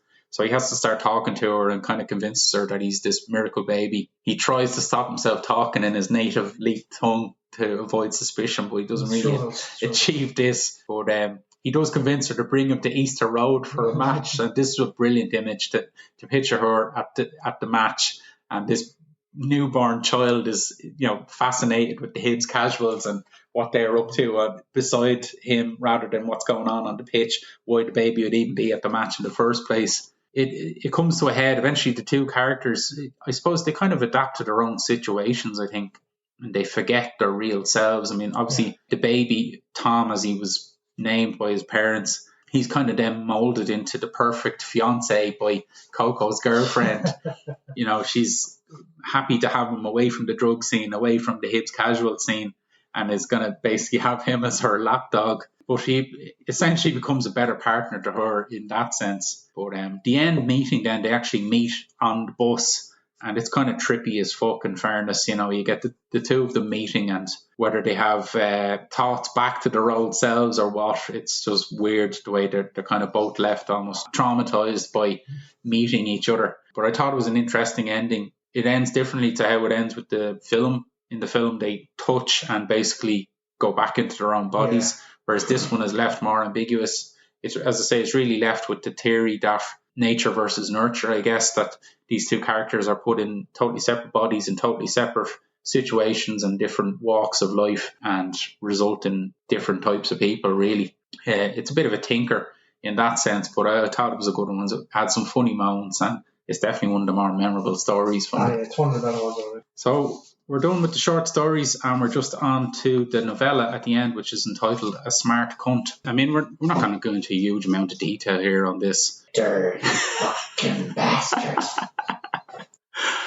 I think this is, it's sometimes funny, but mostly I think a depressing story of this character, Brian, who I think is a real victim of his surroundings most of the time. I think he's a lot like Mark Renton again, in that he's of above average intelligence, but, he largely depends on drugs, probably for hedonistic purposes, but also from a kind of social dependency aspect. What did you think of this story, or Brian in particular? I think it's a tale of a lot of modern day life where people they have nothing in their life, and they just fill the void with drink and drugs. Yeah. And they just plod along weekend after weekend after weekend, and they've no interest in sports, they've no interest in their job, they've no interest in anything. So they just get out of their minds as often as possible and see what happens. It's pretty grim. I mean, it is grim. Yeah, I found this depressing to read, as I say, a lot of the time. I mean, he has lots of friends, and he spends friends, associates again. Yeah. He kind of spends time with them depending on the drug of choice at the time. He says it himself that certain friends, certain drugs with them. But he's not a nice person a lot of the time. Obviously, obviously this is largely down to him being the titular smart cunt, and this kind of becomes a running joke in the novella where it's said to him quite often, and he's almost a bit too big for his boots or a bit too smart for his own good in certain situations. But it also leads to him basically being involved in killing a blind man. Yeah.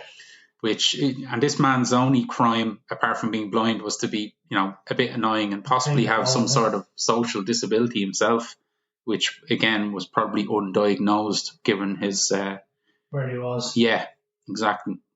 And just being in the wrong place, walking home one night, he's attacked by these two, this character Roxy and this guy Brian. So Roxy is perhaps more to blame for that death, and is certainly the worst person in the scenario, because he eventually pisses on blind cunts. I don't know about that. Well, yeah. In the end, we find out it was... Yes, indeed. Brian who gives the final blow. Yeah, we're left... Well, he didn't piss on him, in fairness. No, he did have a change of character and a change of heart at that point, and had the good sense to not piss on this poor man's grave. He shit on him, though. Not on him.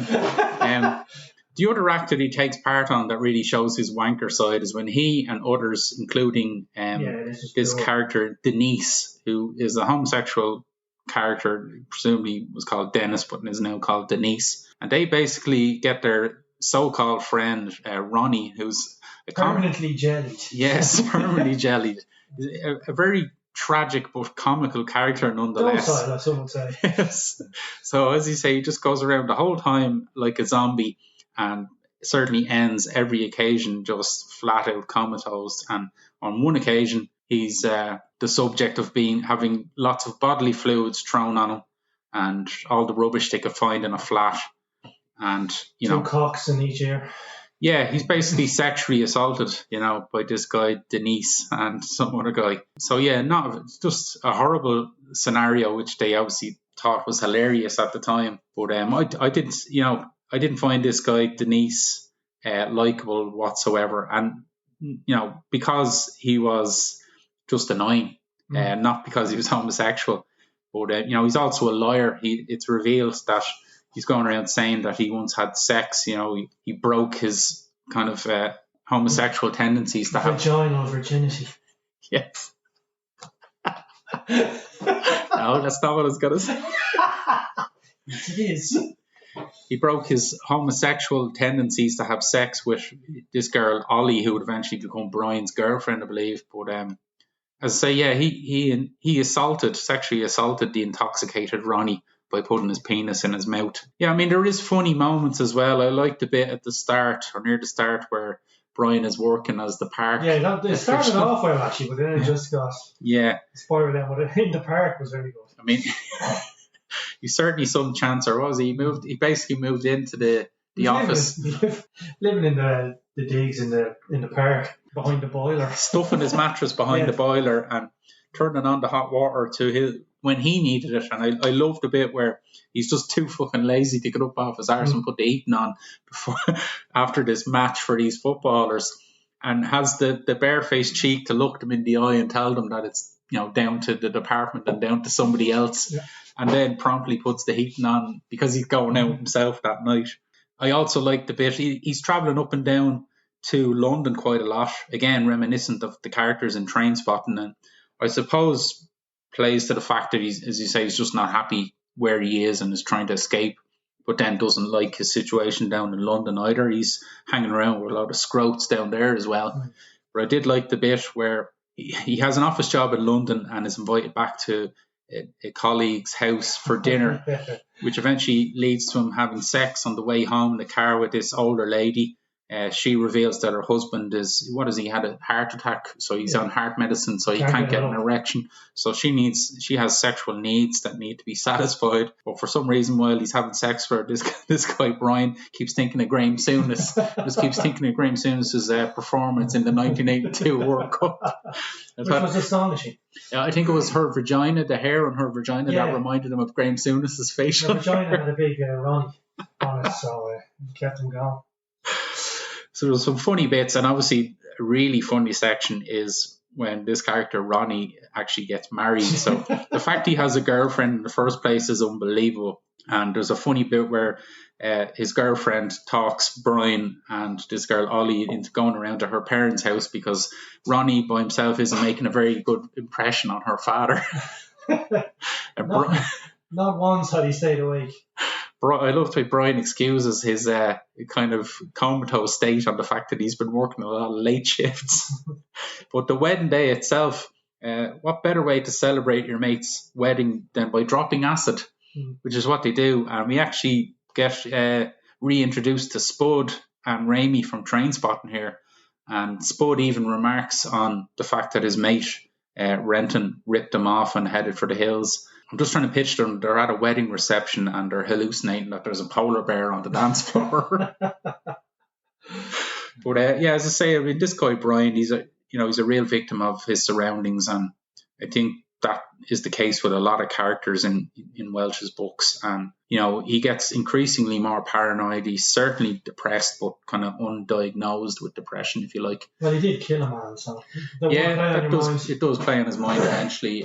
But it ends on an even more tragic note when he learns that his long since departed mother actually died in Australia from a fire. He hadn't seen or heard of her since she left.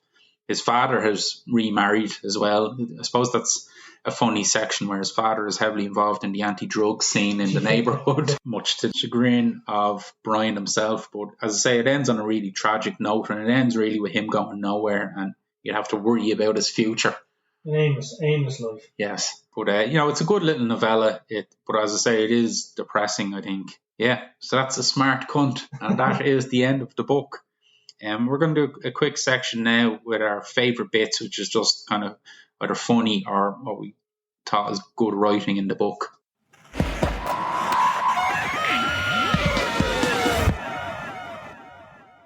Jem, you have a section there that you liked in... What is it in? Snuff. It's just a description of a beautiful area in Leeds. It goes, a row of cherry blossoms by the landscape bank of a stagnant river gave off a pleasing aroma. Smith strolled along as the twilight began to give way to darkness. His steps disturbed a group of youths in hooded tops who dropped their voices and sneaked furtive, then brazenly threatening looks at him. Smith, blind to them in his thoughts, strode on.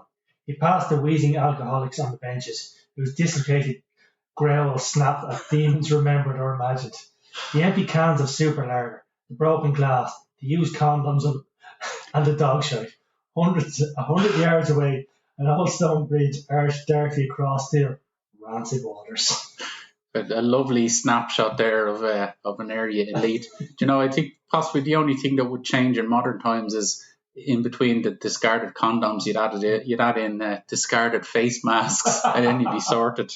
Yeah, I've got one from the first story, The Shooter, And it's just a small bit where the character Gary, when he goes back to his flat, is just remembering, his girlfriend who's left him and how lonely the flat is. And it says, despite the fact that she'd taken her stuff and gone months ago, there was still traces of her here.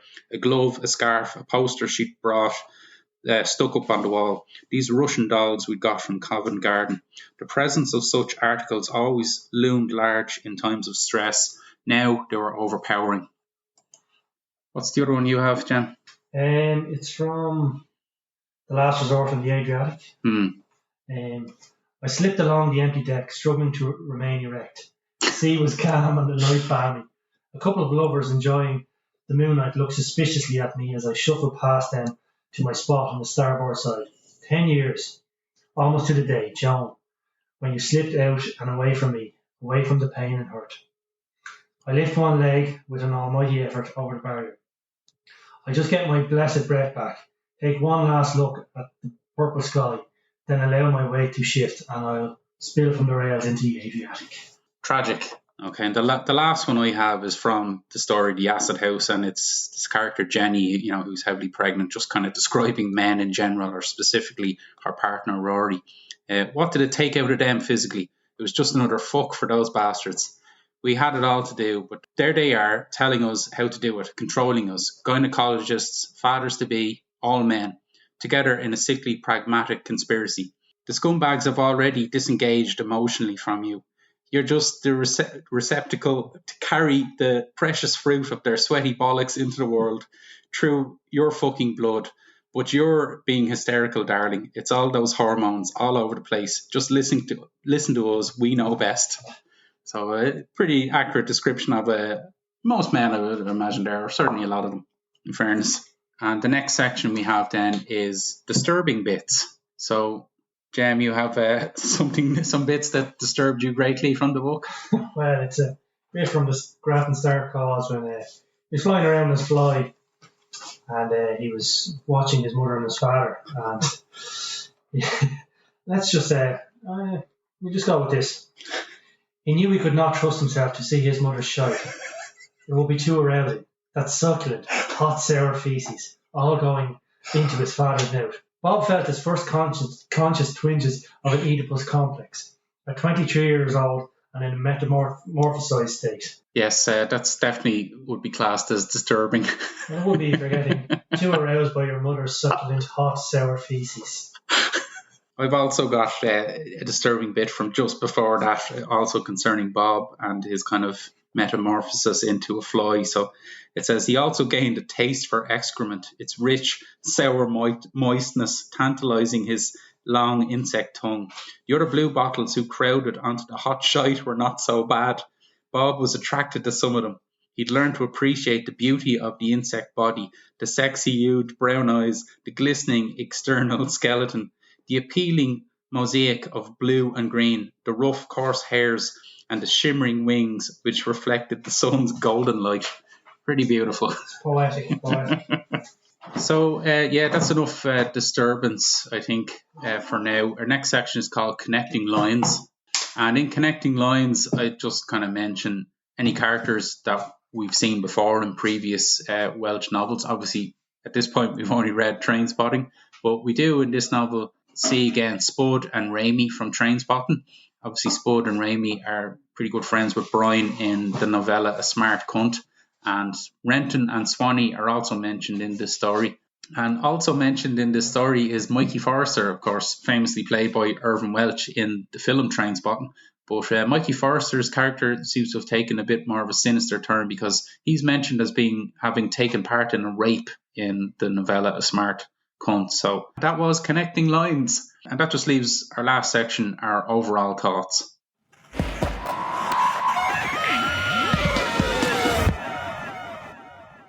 Basically, Jem, what did you think overall of the Acid House collection? I wouldn't say it was my favourite Welsh book. There were some very good bits. There were some bits I really didn't like. So middle of the road, I suppose. Okay. But you could see he was his writing style was changing. He was experimenting with a few things. You can see him coming along in further on books, which I suppose you have to start somewhere. Absolutely, yeah. It is written very early on in his career. Marks out of 5? Oh, 5. Well, I was going to go out of 10, but out of 5, I will go. We do 5 here on Junk Dilemmas, James. Box. I will go with 2.5. It was a bit middle of the road for me. There was some very good bits, but some bits I just didn't want to read. So. Yeah, okay. But you did anyway. I did anyway. Like a trooper. And I watched the film. You did, and we're going to talk about that as well in our next episode. But yeah, overall for myself, I mean, I mentioned that this book was written very soon after Trainspotting, so I think a lot of the stories very much in that vein. You know, they centre around characters that, you know, are marred with drugs and crime and unemployment. You know, stories like Stoke Newington Blues or Eurotrash. So they could have easily been slotted into Trainspotting, really. And I think there could be no doubt that in the story of Brian in the novella A Smart Cunt that finishes off the collection, I mean, it very much reads almost like the little brother of Trainspotting. You know, he even remarks that he counts Spud and Raimi and Swanee as kind of more experienced friends of his in the tale. But I think what separates this collection from Trainspotting, as you say, is definitely the surreal and kind of funny stories that, like the title character, the Acid House, or the Grant and Star Cause, they kind of infuse the tragic everyday life of Leith with this almost insane supernatural occurrences like body swapping or shape shifting.